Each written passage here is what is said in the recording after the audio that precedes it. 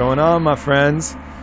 So here we are today with my man Cory Allen, and we had I think it was the pleasure for you, but I don't know if it was the pleasure for me throughout the whole trip, but the incredible value of the experience of sharing that ayahuasca journey down there in Peru with Gandalf himself. And Cory's here to blow your fucking mind with some stories. Really, I already laid mine out there, and that was like the junior varsity. I tell those stories to Cory. He goes, "Oh, that was a really cute experience." That's sweet. All experiences, all stories are valid. Yes, we know. We're just kidding. Man. But man, welcome, man. I haven't got to see you really since we got back from Peru. And I see you're looking great. I was just commenting on that. You're looking fit. Thanks. Looking good to go. And then we figured out the reason why. Yeah, that's right. I started eating meat after 7 years. Oh, shit. You see that? You go down, you do ayahuasca. You think, oh, I'm going to come back all conscious vegetarian. No. This motherfucker went down a vegetarian, and he came back eating barbecue for breakfast and steak. 2 days in a row. 2 days in a row, and steak for dinner. All right? So don't give me any of this shit about, oh, you're going to turn into a vegan now? No. Ayahuasca tells you some real shit sometimes, right? It had the opposite effect on me, man. Shit. But like, and it, the idea that people think that, you're going to go down there and become a vegetarian or whatnot, that's like, if people think or say that, they're really truly missing the point of, of the entire thing, because something like that is such a skin deep, just insignificant part of the packaging. That's like the shallowest layer of a person's individuality, Agreed. Whenever in truth, the entire personality could be considered irrelevant, in the big picture by some of those people would be a person that's in this chair. Cory, when you make love to someone, do you just go straight in, or do you flirt a little bit? Do you make out with them? Because every time we have this podcast, you just go straight in. I mean, you go into the anal of consciousness, like right off the bat. I mean, you don't even warm anything up. Well, we gotta ease these people in. We're talking about vegetarian. Put a pinky in first. Relax, kiss the neck. Blow in the ear. I don't know, whatever your move is. Well, here's the way: we have an infinite amount of time, and to me, that's also the balance of that is having no time. So there's no time like now, man. Yeah, just no get time going. Like now. I hear. I don't want to kill these people with small talk, man. But I do want to hear so we're down there doing ayahuasca. What was the specific realization that allowed you to think, you know what, it's cool, I'm going to have some meat? Well, I think that during one of my peak ceremonies, we'll call them peak, as in like the highest, deepest, and most rich and full of information.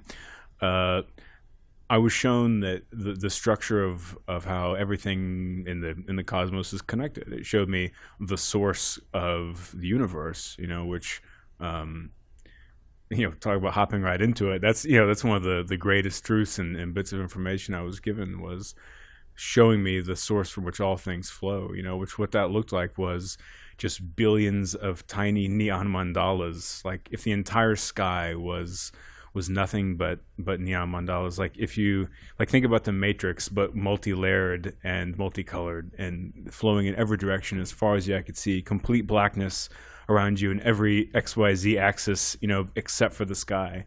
And it was just flowing like this river, and it was all bits of code, and it showed me and told me how that each individual, each living thing has got a piece of this mandala code inside of them. And that code is made out of... Now, a piece of this code, or are they entirely comprised of this code? There's like a line of code inside of them, right? And that their body is like a container. It's like they're like a driver, which is unaware that they have a passenger in most cases. Most people live their entire lives without knowing that they have this code of the cosmos inside of them. And what that source is comprised of is pure energy and love. And love, not in the sense of the way like I love Chinese food and I love that couch, but it's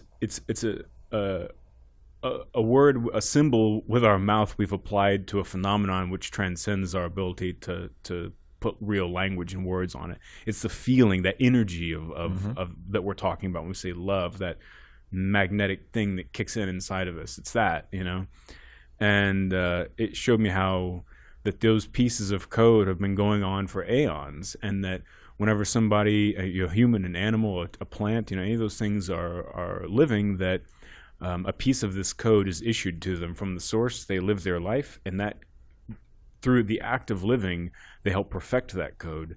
And when they drop their body or their container is gone, the code returns to the source and is issued into another container. And it said that's why you'll meet some people who seem incredibly wise and incredibly well-aged whenever they're in their early 30s or early 20s or something. And you'll meet some people in their 40s which seem like babies. You know, it's because it's this new, fresh code, right? Well, not new to them, not new to us per se. So, you know, in that did a lot of things that not that I had any. I'd been, You think? You think that did a lot of things? Did a lot of things. I'd hope so. A couple of bells were You're like, wrong. that was interesting. Now back to fucking Next. World of Warcraft. Let's Exactly. just keep this going. No, Yeah, I'll give change me a the beer. shit. No, you know, and a lot of things, of course, but, you know, one of the things was that, you know, I'd worked and dealt with the idea of death a lot over the last decade or 15 years, but I had no problem with it. I actually kind of look forward to it because I'm just excited about the idea of it. You know, not like I'm going to go, I'm not actively seeking it, but I'm okay with the idea because I know it's another layer to the, you know, the fabric of the cosmos. And I'm excited to see what that layer is. And I have no fear about the idea of me. Like if you're in a plane and you look down and you see a city and you think about yourself not being around anymore, you'd be pretty hard to go, that's not going to work without me. You know, it's like, it's all going to be fine without you. I remember, do you remember that moment where you realized your own mortality? I remember mine very clearly. Yeah. I was sitting in a hotel room in New York and I was looking down at all the taxi cabs and I came to terms with the fact that I was going to die. And I just kept looking and the only comfort I had was like, well, I guess everybody's going to die. But it was still like this really melancholy kind of sad thought that I was going to die and everybody was going to die. Everybody I knew was going to die.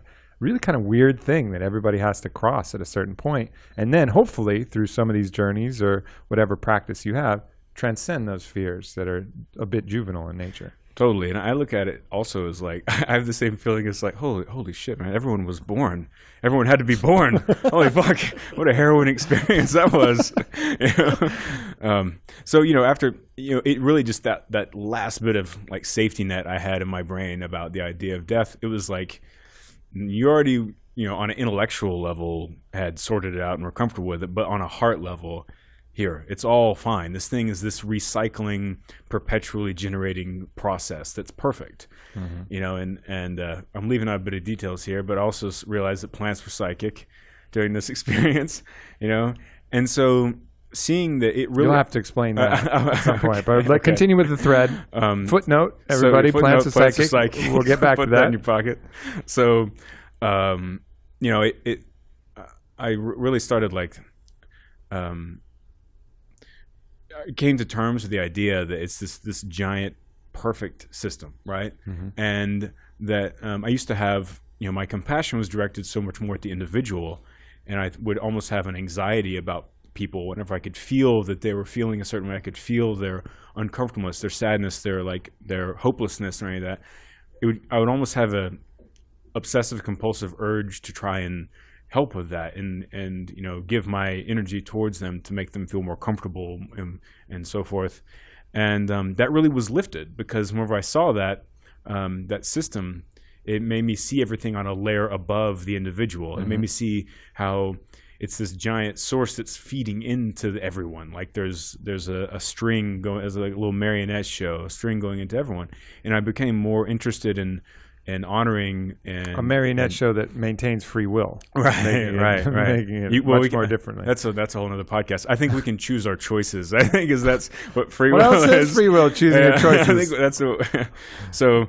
You know, in that, so we could go on that forever. But in that, whenever I came back from Peru, the idea that repulsion I had to eating meat, and it wasn't like I didn't want to eat meat. It was something that just slowly over time, the more I thought about it, the more it got to where I was like, I can't, like, I would try and put it in my mouth and it would make me feel nauseous. It wasn't like one day I decided I'm going to be a vegetarian.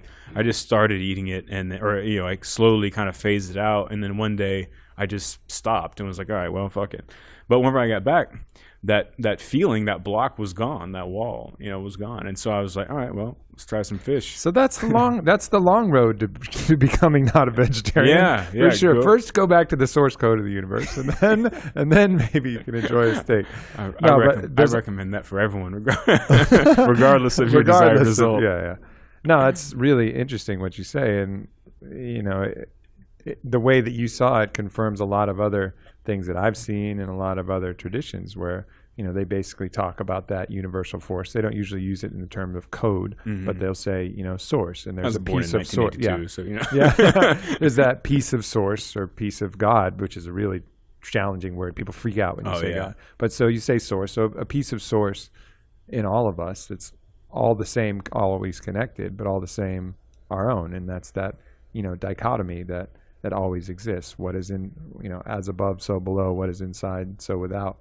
That kind of concept. And cool that you're able to actually see it visually represented, like these little.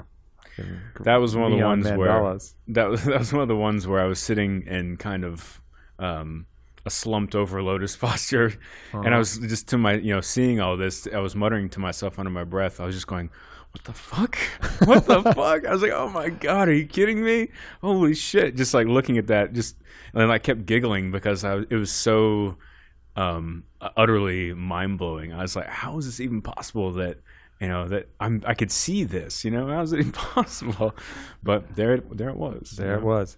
And then so realizing that somehow that we're these vessels, and this perfect process exists, partaking in the vessel of another kind of code vehicle seem to no longer be an issue, right. It's like that's going to be okay. That's a container for the what really matters is the code, which you can't eat. Right. You're not going to eat that unless you're the Highlander and you're absorbing cow wendigo. If you're eating code, you're doing some brujeria, man. We're going way too deep. You're eating anybody's code, like Pac-Man style. Serial killer, serial code eater. No good. Right on. So let's back it up a little bit. You've never done ayahuasca before, right? And I invite you on this crazy journey to Gandalf. You immediately are like, of course, man. Let's do this. Why would anyone say no? So lead us through kind of the experience, like as far as some expectations, and then through some of the journeys. Let's tell some stories. Sure. So, I mean, I after you asked me to go, I was super pumped, ready to do it, and was happy to jump in there. And I didn't really have any anxiety about it, or worry about the whole thing. Mainly, I just had to think through the process of getting there. That was my main thing. Is okay, take a flight to Peru, which is no big deal. But then taking a internal Peruvian flight to another city, and then taking a bus to a river, and taking a boat, down into the middle of the jungle. It took a couple of a couple of days of processing. And I was like, okay. Once I thought through it, I was like, oh man, this is easy. And what I usually think with travel, and it may be helpful for anyone that has issues with travel, like if they're going somewhere crazy, like Bangkok or something, where they're like, oh my God, how am I going to get around? Think about how many hundreds of thousands of people do that every day. It's fine. You'll be it's all good. So anyway, got there and was super pumped and happy to meet Don Howard. What can I say, man? What can I say? He's quite a amazing spirit. Among many other things, quite from what I learned, he's a master of masters. Well said. And so it was great. I think the second day was when we did our first ceremony, right?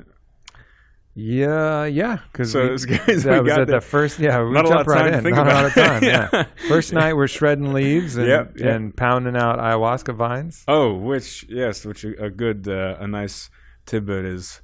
Well, the first day when we got there, I think we went to the ayahuasca kitchen and helped Don Robert make some of the ayahuasca that we would have later. And we each went up to set an intention. We were each given a piece of plant. I feel like Howard was giving us in particular ones, for the specific person. He gave me the Bobinsana plant, of course, and Bobinsana is like a heart opening, very friendly, kind of like the love plant. Totally. So went up there to the pot and was looking at it, and this is the first poltergeist thing that happened to me, and as a quick pause and a quick aside, like as my personality is, I'm 50%. I said 50. I'm 50%, scientific materialist. I'm 50% scientific materialist, dog. But this is a good ramp up to what I'm about to say. I'm wearing Stan Smiths, man. I can't not say it. Anyway, 50% scientific materialist and 50% New Age spiritualist. That's I believe everything in a matter of percentages, not in that. 5% of people understood that, right? And I'm on the 95. A non-Aristotelian thought process. Right. It is not A or B. It is A and B in a ratio in between those things. Mm-hmm. And I look at all cosmic matters, or things of supernatural, even, or extraterrestrial in that way. I don't believe them hard, but I don't disbelieve them. Right. I think that my instrument, my nervous system, is a flimsy little, broken old TV antenna that can only pick up a very tiny bit of the frequency that's going on in this universe. Which I was given a larger antenna while we were in Peru. Uh-huh. So anyway, so I just came to everything with an open mind, an open heart, and so I take my plant matter and I go up to the boiling pot, and we're supposed to set an intention, and I looked at it and breathed a little bit, breathed in some energy, breathed it towards the pot, and put my plant in, and my intention was, let me spread as much love as possible, to the cosmos, not just to people, but to some sort of bigger picture, And I looked at the pot, and as I was looking at the bubbling water, I felt like a voice like Marcellus Wallace from Pulp Fiction. That was what it sounded like. And it was like as if the pot was talking to me, and in my head I heard him go, "We bad, motherfucker, and we're gonna do this smooth like." Which then became the theme. That became the theme, yeah. The theme of the ayahuasca trip. But the cool thing about that is, apart from it just being funny, is that it really was where it was like, as I said, the first poltergeist moment where I was like, "Oh, wait a second. I just heard someone else's voice inside my head, and it looked like it was coming out of this pot." And I'm stone cold sober, Yep. So, okay. So I was like, all right, well. Okay, things are going to get weird. Yeah, I was excited. I was like, great. Yeah. So, my expectations were like, basically, I thought, so many people have done this. Your mom has done it, Mm-hmm. So I thought, let's go with it, and it's going to be all good, And so, it was fun going into the Maloka, the ceremonial Maloka, where I was a little, I was on time. I'm never late. I'm just on time. So I go in, I'm on time, and everyone's sitting around. You sit in these one's larger circle, everyone's on their mat, and then within that there's a smaller circle, and everyone's on their mat, and then there's a ceremonial table at the head of the room. So whenever I walked in, there was just candles lit. Of course, they cut the power off, and you're in the middle of the jungle, so it's complete darkness. Everyone's wearing white and sitting in a circles in lotus posture. And I thought, oh, great. What the hell did I get myself into? Yeah. So when does the orgy or the suicide begin? Whatever. So that was fun. But, I sat down and...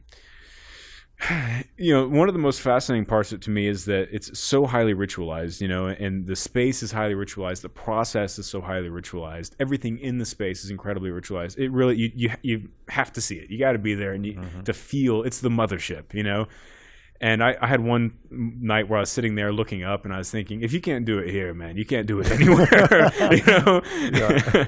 So, especially with Howard and Don Robert, Yeah.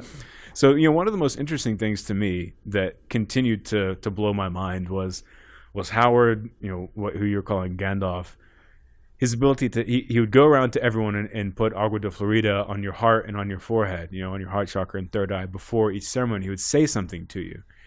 And it never ceased to amaze me every time before every ceremony, what he said to me. And I could hear him saying things to other people.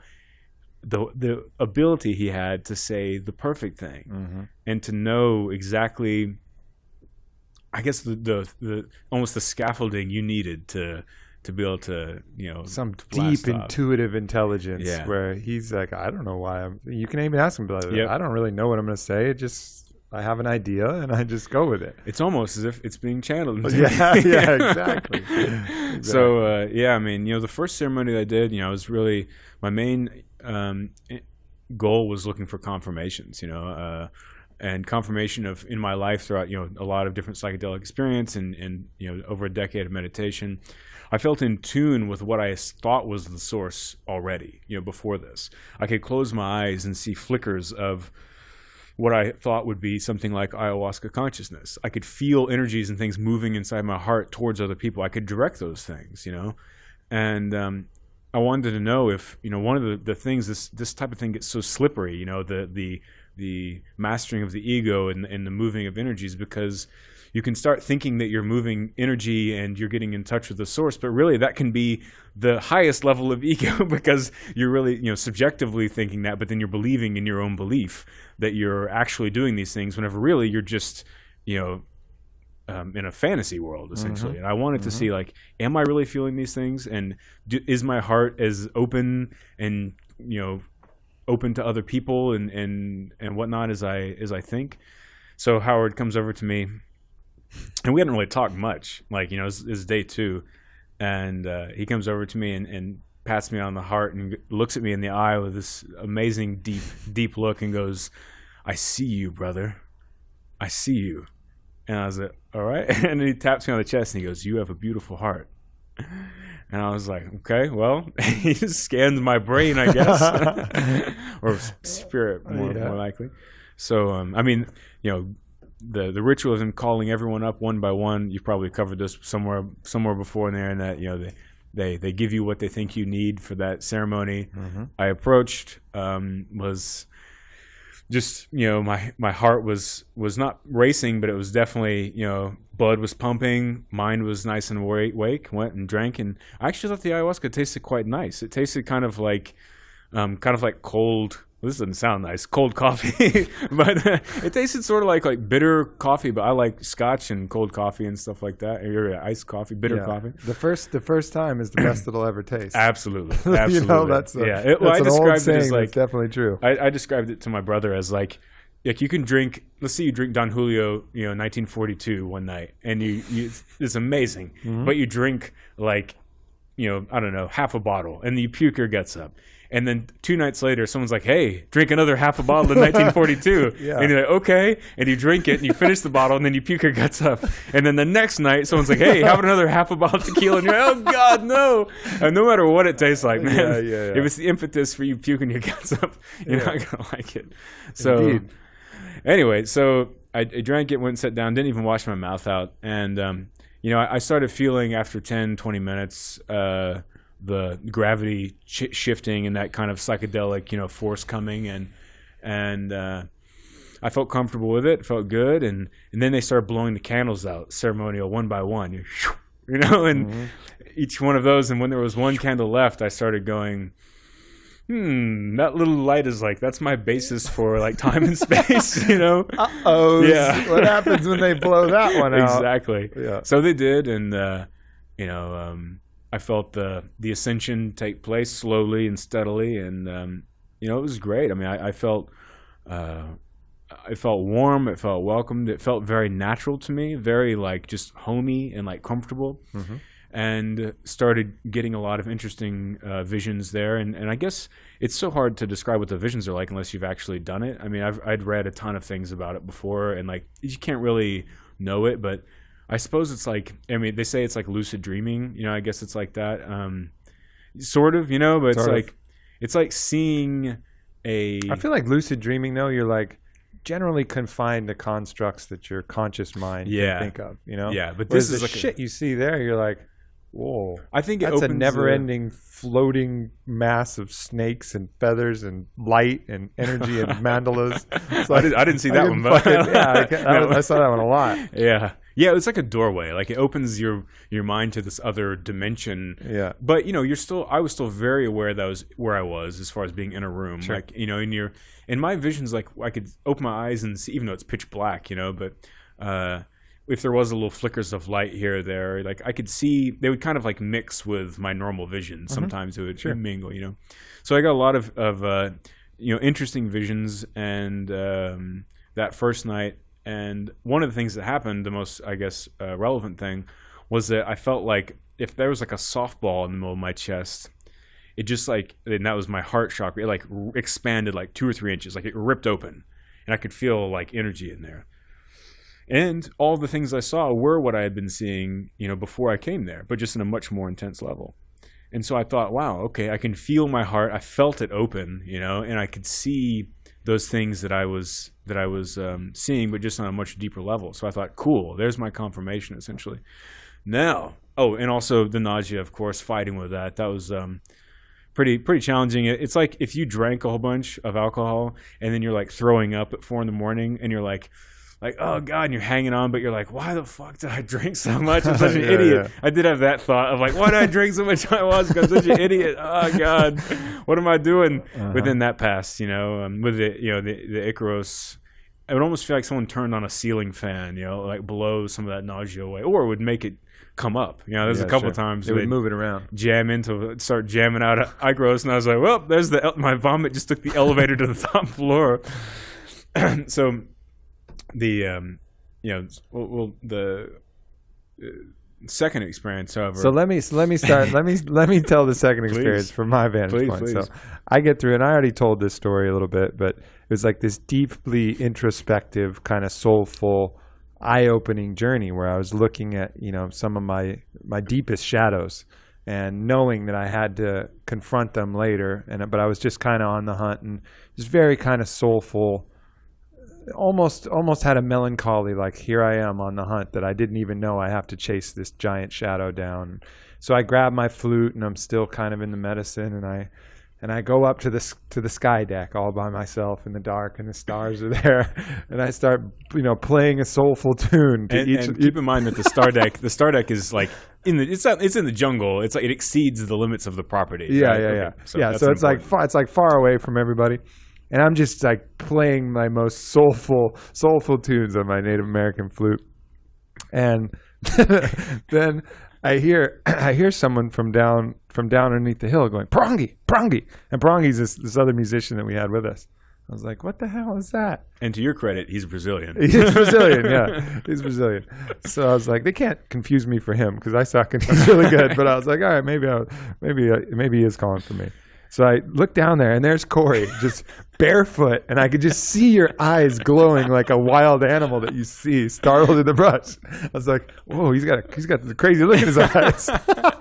And then and he's like, hey, Aubrey, he's like, do you have a light? And I happen to have a flashlight. So I was like, yeah, I got a light. It's like, okay. It's like, I want to come up. So I shine the light on him, and there was 2 ways to approach the sky deck. One is up this giant hill, which is like at such a savage incline, like only a ridiculous wild animal would try to climb that. And then there's this kind of winding walkway that goes up, but Cory just goes straight for the star deck, right? So I see him, he gets down on all fours, nails digging into the dirt, like feet like claws, just pawing it, like clumps of grass, like getting thrown, strewn about, just this is full werewolf mode, climbing up to the top of the star deck.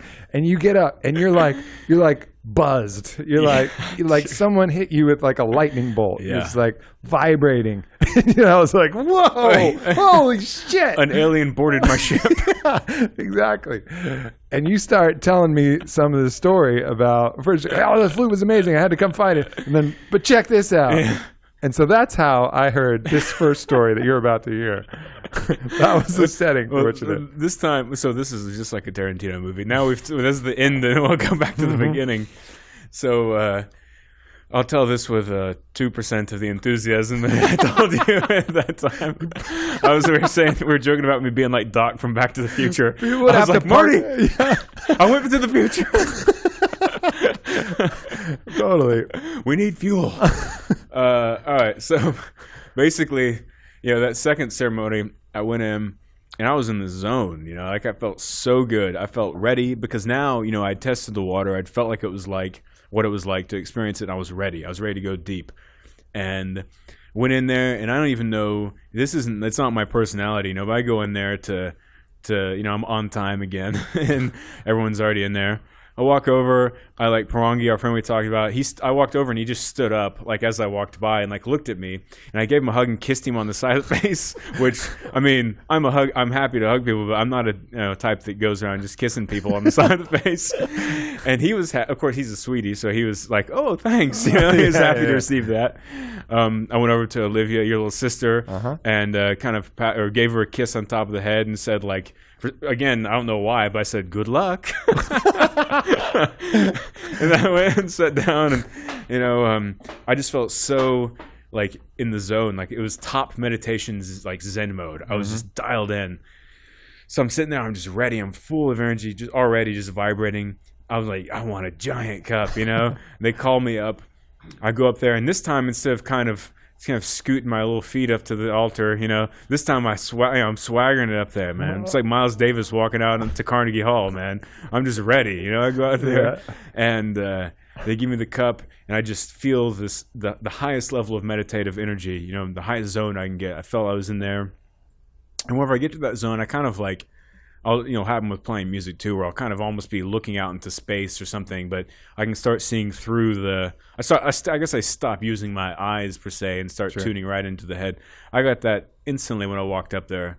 I downed the cup and looked at their eyes, Howard and Don Rober, and enjoyed the reflection. They looked pleased with my state of mind. Yeah. And I sit down, I start breathing, and Howard comes over and gives us the agua de Florida and the sang beforehand, and this time puts his hand on my shoulder and gives me this kind of shiny eyed look and just goes, "Cory," and then walks off. Enough said. I guess he must feel the juice flowing, So not 20 minutes probably into the ceremony, I feel like a meteor just hit me in the chest, just bang, right? And it was my heart chakra just like ripping open, and just blue light just exploded out of my chest. And the area around that felt like it was like a crater that was like smoking and searing with like red, like comet magma or something, and it's just like searing there, and like light is just exploding out of my chest. And I was like, fuck. And I actually grabbed my chest like this. I was like, oh, because I just felt like my torso could rip apart. There was so much blue light just blowing out of there. I was like, fuck. So that went on for a while. How many times has that happened to you, Orlando? Every Thursday at 4 p.m. So I'm sitting there going, oh, fuck. So that went on for quite a while. And then I kind of start seeing this this tube, right? And I'm like looking at it. I'm like, all right, chest is still exploding. And that becomes a theme throughout all my ceremonies. And so then I start thinking, that's a tube. I need to go down that tube, right? So I start trying to go down this tube I'm seeing. And like I'm kind of having a hard time. I'm like sort of treading space-time. And then I see Howard. He appears like in my vision. And like whipping a cow, he goes, "Find it, brother, find it." And I was like, all right, I'm going to find it. And I start going down there.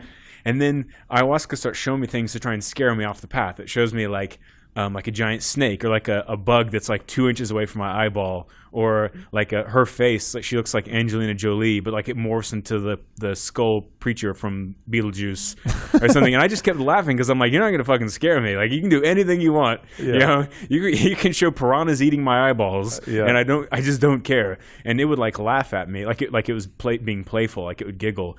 And then I start going down the tube some more, and then it would go, here, how about this? How about this? Does this scare? How about some nausea? And I would go like, no, bitch. And I would like, I could feel the vines like creeping up my chest, and I would like prune it back down with my mind. And I would be like, you're not going to get down the tube. And I said, you know what? I don't care if I do anything else this entire night. I got all night. I'm getting to the bottom of that fucking tube. I don't care what you say. I'll be here until morning. I don't care. So I'm trudging down there. So then I think, I should grow wings. So sensible thing to think, right? Yep. So these wings just rip out of my back, and I start flying down this tube. And then I'm meeting a bit of traction again. And so then I think I see like a bunch of loved ones like very close to me appear in front of me. And they all, and Howard is among them, and they all go and morph into my wings. My wings become gigantic. And so they're like, their consciousness are in these wings. And I'm like flying and soaring down this tube.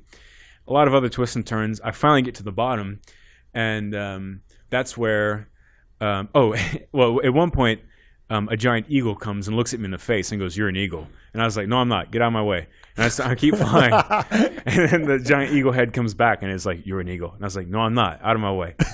So then I go, "I'm this thing." And like I morph myself into this like beautiful white feathered like beast looking thing.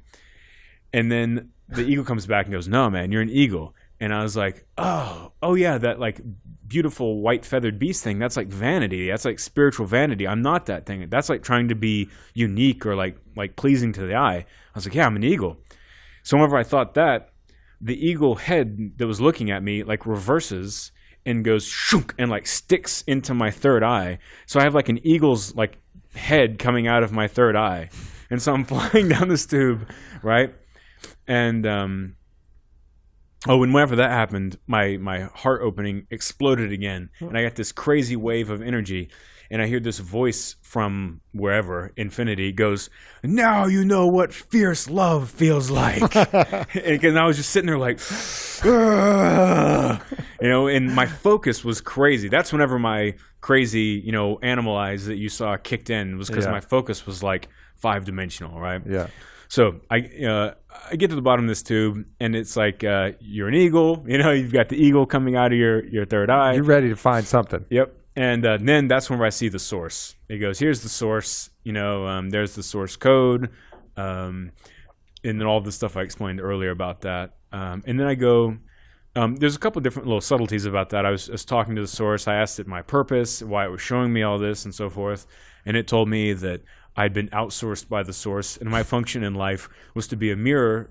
I worked for the source, and I should be a mirror so other people can see the source within themselves. And it said that's how you can be of service, is just continue your existence, and people will like catch a glimpse of the reflection of their source within you, and it will basically get them on the path of their own. So I thought, okay, cool, I can do that. Mm-hmm. So then I started thinking, like, how can I like move energy and feed it back to the grid? And it goes, blow it out the chimney, right? So through my giant heart opening, I start breathing in the energy, taking it up to my eagle third eye, eagle head. And then instead of normally pushing it back out my heart, which I would do in a meditation, I push it out the top of my head. And I'd never done that before. And I could feel, it felt like really, if you're constipated and you feel yourself like taking a bad, it's kind of gross. You feel like yourself taking a shit, It's kind of like that same weird, like sluggy, like moving through the back of my head, and then it just goes shook out the top of my head, right? I was shitting love out of the top of my head, just clearing up some gunk, right? Probably. Well, no, it was going back into the source, right? Yeah. And so that went on for a while. It goes, this is your instrument. Play your instrument. So I was like, all right. So it was like I was doing work. It was like breathing that in and pushing all this out the source. So this is a lot, I'm leaving out, of course, a lot of detail for time, and it was so just mind-blowing and intense that I felt like tapped out. And I remember saying to Ayahuasca, like, look, I can't see, I can't think it, I think you might have told me too much. Like, I can't remember all this. Like, I thank you so much, but I can't remember, and I'm afraid I'm going to forget stuff. And he goes, do you want to know more? And I was like, well, I mean, yeah, but I mean, I'm already worried I'm going to forget what, I've already been told. And it, like, as if the room like was cut in half, it opens like a industrial elevator door, goes, and then closes. And it was like a, sort of like an Apple screensaver, like the default one, all that, like the multicolored light is like that in there. And it was like, are you sure? And I was like, well, fuck it. Let's do it. I'm here. Let me see it. So I'm sitting there and I start looking around, and like everyone starts looking like they're covered in like a candy shell or something, right? And I'm like, wow, okay, that's cool.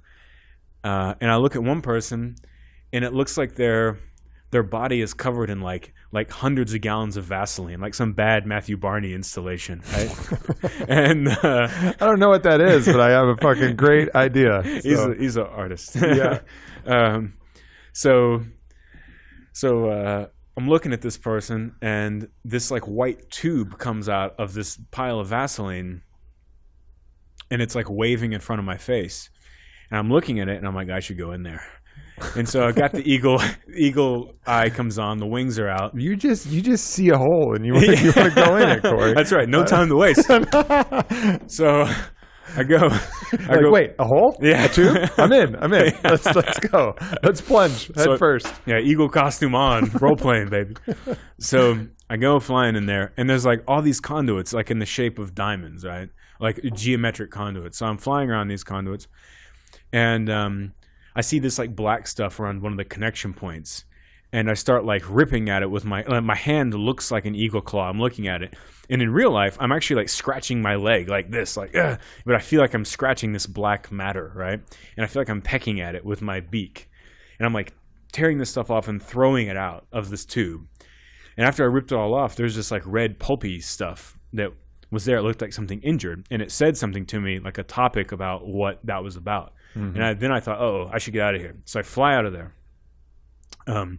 Other interesting thing happened that night. A lot of interesting stuff. And obviously you're not mentioning who it is and what the specifics are because it's private. It's private. It's private information. But that's really seems like what some of the shamanic path would be right. Like finding these things about people. Oh, what's the root cause of this, and then seeing if you can energetically or even through words or love or however you want to alter that, just be like, hey, I see this is hurting. Let's see if we can fix this. Totally. And it's like allowing like them, giving them the space to be able to fix it for themselves. Yeah, totally. And so a fast forward. So that was interesting. And I So don't show any holes or tubes around Cory unless you want him flying in there. Zip right in there. So in an eagle costume. So I told all this to my mom, by the way, and she was kind of paying attention and then laughing afterwards. She said whenever I was a little kid that we went to this place where there was Native Americans selling these Native American, my family's got some Native American, and they were selling a bunch of little, figurines and whatnot. And apparently I was obsessed with and picked this man in the eagle costume and just I kept it in my room for a long time when I was a little kid, wow. Which is kind of a fun connection. So to fast forward to the third ceremony, again, another heart opening at the beginning. It felt like my heart like ripped to the sides of my chest this time. A bunch of other interesting stuff. So I get to let's say the fourth ceremony. Now I'm just ready to rock, right? I already was, but man, fourth ceremony, I was so ready. It was like I was going to an amusement park. I was like, okay, let's play, Mm-hmm. So I go in there, and this is such a stark contrast from where I was. I'm like crawling, barely alive to there. Like, kill me, please don't make me drink it again. Yeah. Well, hey, man, I guess it's the scales. I guess someone's got to have that experience. For it gives you what you need, man. I had this experience you're talking about. That was my second and third sessions, Well, my key is I'll just never do it again. So then I won't have the hard. I don't know, man. For you, it might be like that every time. I hope so. We'll see. I'll let everybody know. So the fourth one, I get in there. I'm just ready, and Howard goes up to me and he goes, I'm going to show you that less is more. And he goes, if you pay attention to the teachings, you'll be able to see this without drinking anything at all. And I was like, okay. And then while he was down there, I said, hey, I just want to thank you for everything. And keep in mind, people listening, that all throughout the days that we're there, all the off days, like we're with Howard, we're talking to him as friends, and also he's sharing his perspective and, and just awakened mind with us and his time and space. He's one of those guys that has his own time zone when you're around him, and you're sharing all that. And so there's a lot more than just the ceremonies. So I said, just thank you so much for being an amazing mentor during all of this. I said, I've had maybe one other one in my life, like this. And he laughed and said, choose wisely, And I just said, I don't know what I can do to repay you, but, thank you so much. And he said, the feeling's mutual, right? And I was like, that's interesting, right? Cool. So I go up, and there was barely anything in the cup, whenever I went to drink. I drank it, and I went and sat down, and oh my God. 10, 20 minutes, whatever it was. Okay, so the previously mentioned chest hole I talked about, if you had a giant, like say you had a beach ball in your chest, it was your torso, and that was like, it was like concrete in the space where the hole wasn't missing. So like below your abdomen, up over your shoulders, like a tank top or something. Mm-hmm. That area just like melted away, like it was like shattering rock, and my entire torso from my waist to my neck just exploded into a river of like multicolored lights. It was like just gushing. It was like if you took a brick out of a dam. It was like right. So much so that my entire body was like vibrating. I was like trying to breathe. I was like because I was just like. And you're like, quick! I'm vibrating. Find a hole. Yeah. Everyone hop on. So, one of the interesting. I saw another animal during that which was a serpent, and it's a bit. We don't have time for me to go into about that one, but a lot of interesting, good things with the serpent, clearing other people's energies and chakra centers with this like. In command, with the serpent during that, which is very interesting. Mm-hmm. But apart from the gushing rivers of love and energy that was coming out of me, and I could see it was like The Shining, like where the elevator doors open and the blood comes out, but it's like multicolored light, and it was like washing inside of the ceremonial maloka, just like up the walls everywhere, soaking everyone, right? And I started like looking around, and I was looking at people. And like when I mentioned this to you about you, is like I was just kind of looking at people during that, and I looked at you, and I just saw I started seeing like someone throwing down a bunch of Polaroids, and I was like seeing like Aubrey as a kid, Aubrey like having this experience, him having this, and I was like, I wasn't there for any of these as him as a child, like, and I look at someone else, and I would see these other experiences, like people I'd never met from the other side of the world, seeing experiences like someone just throwing down a bunch of Polaroids. And then I heard someone say like Cory, and I was like, what? And I looked over who it was, and they didn't really say it, but I heard their voice like in that psychic space. And I looked at him, and I'd see this black stuff like around them, and I would just kind of look at it, and it would like disappear, like it would like crumble up and like go away. And I was like, that's interesting. And it kept happening. I'd hear someone else say Cory, and I'd look over there, and I'd see this black stuff, and it would just crumble and go away. So then I kind of sat back, and I started seeing it just coming out of everyone, like this black, like I don't know how to describe it, almost like silly putty or something, but a bit more like calcified. And it's like rising up out of people. I was seeing all sorts of crazy shit. I was seeing people's souls rise out of their body and just like float above them and stuff, and like could see like into their lives and things, and like moving this snake like through their bodies and all that stuff. And I mean, the seeing the souls levitate out of the body is something that like it actually kind of fucks with me still. Like that's the one image that I'm like I almost can't even like process it. Like the River of Mandalas is one thing, but like seeing souls lift out of people's bodies and then their history. So I'm sitting there looking at all this stuff, and then I look and I notice that like all of the black stuff is also like it's like vanishing. And I look up and I see Howard sitting at the front of the ceremony space, and he's kind of just looking left and right slowly. And as he's doing that, those energies or that black stuff is like vanishing. And I was like, oh, that's what he's doing up there. Is he's just tending the garden with no effort, just like a pure straight up gangster, just laying it down. And then I look at Don Rober, and he looks like a Byzantine painting. He's just gold, and there's like gold light, like his chest is a doorway, and there's just like gold light flowing at him. He looks like he's like floating, right? So then I start feeling this negative force, which was the first time I felt anything really negative in there. But I felt like it was outside of the Maloka, and it was like coming up behind me.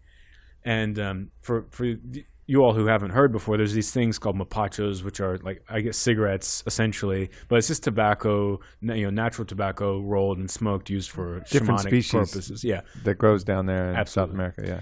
So they use those a lot, incessantly during the ceremonies. They light them, and they do this thing that they go, which is them moving, energy, clearing it is what they would say, or they'd use it to set an intention or so forth. So I'm sitting there, it's pitch black, I'm feeling this negative force, and I start going, uh-oh. And I actually kind of got up and looked out the window a little bit to see if I could see anything, and there was nothing out there, but I felt this daunting force coming. And I started thinking like, I should probably try. I got to try and do something about this. So I start breathing in. I'm still got the river of energy flowing out of me, but I think I'm gonna try and breathe in something and make this thing go away. Try and tame this thing that's coming. So as I'm like trying to put the plan together, I like breathe in. And I'm like, all right, here we go. And then Don Robert, just like a Old West, like a cowboy, like lights one of the mapachos and goes. And the thing just disappeared. It was like Billy the Kid, like bam. Yeah. And I was like, dude, are you kidding me? So, and then there's so much more to tell. I saw hundreds of gods. I talked to a bunch of different species of gods that looked like thundercats. Nice. Thundercat gods. I didn't even hear that story. Yeah. Well, there was so much on that fourth ceremony. I couldn't even start. Have you written it down or anything? What's that? Have you written it down or anything? I did audio diaries of each one, at the night of, like before I went to bed, so it was all fresh. Nice.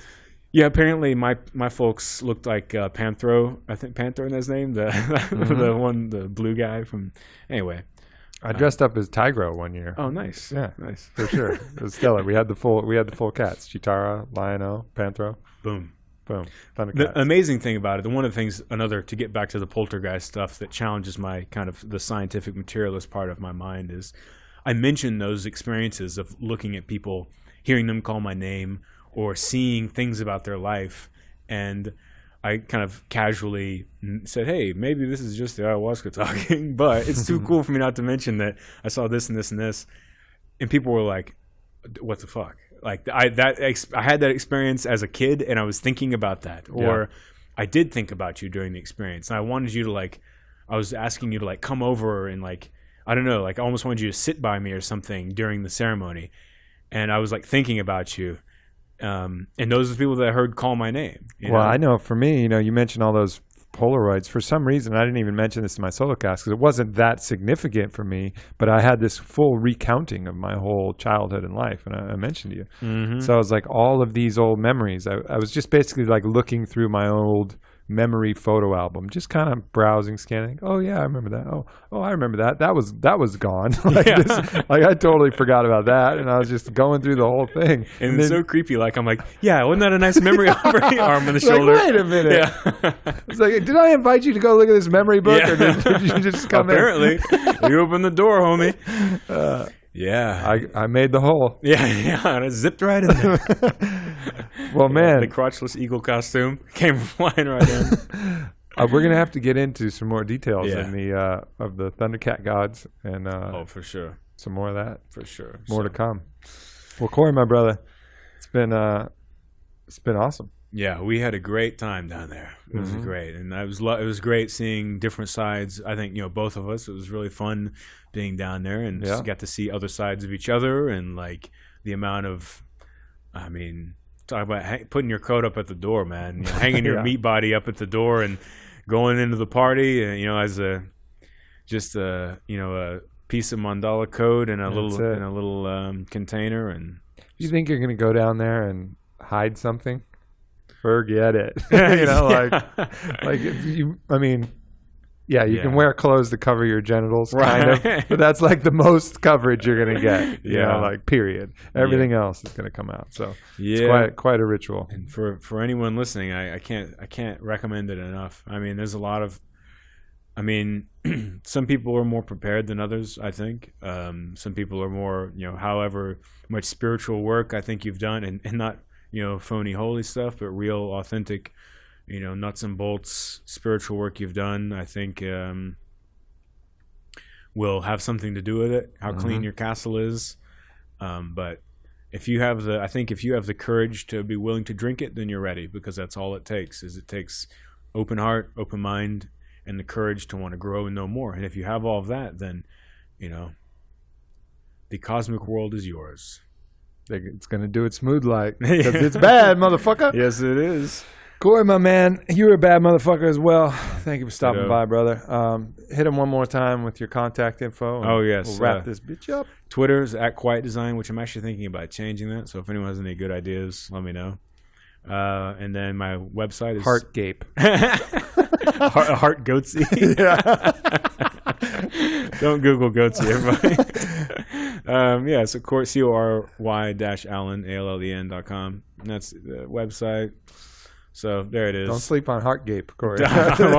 Someone's probably already going to register before me. I do like it. Yeah. Yeah. All right, my brother. Catch up another time soon, man. Yes, sir. I'm gone for a few days, but let's go grab some dinner next week. Let's do it. And to you, my lovelies, thanks for tuning in one more time. And we're back again soon. Peace.